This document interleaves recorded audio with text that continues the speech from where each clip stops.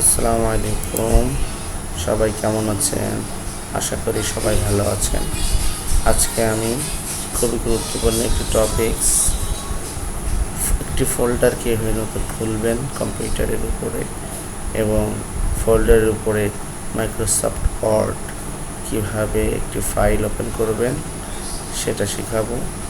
Microsoft word দিয়ে আমরা একটা অফিসিয়াল যাবতীয় লেখালেখির কাজ করতে পারবো।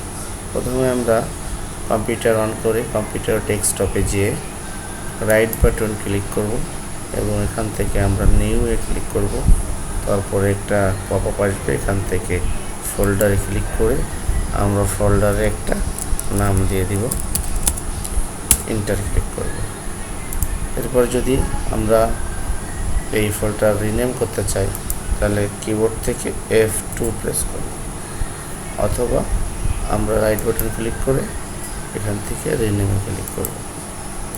তারপরে আমরা ফোল্ডারটা হয়ে গেল, এখান থেকে আমরা ডাবল ক্লিক করে ফোল্ডারের ভিতরে ঢুকলাম, প্রবেশ করলাম। প্রবেশ করার পরে এখন আমরা আবার রাইট বাটন ক্লিক করলাম, রাইট বাটন ক্লিক করে আমরা নিউতে ক্লিক করব। নিউ ক্লিক করে আমরা ফোল্ডারে নিউ ক্লিক করে আমরা মাইক্রোসফট ওয়ার্ড ডকুমেন্ট এটাই ক্লিক করব। ক্লিক করলে আমাদের একটা ফাইল হলো, আমি ফাইলের একটা নাম দিয়ে দেব।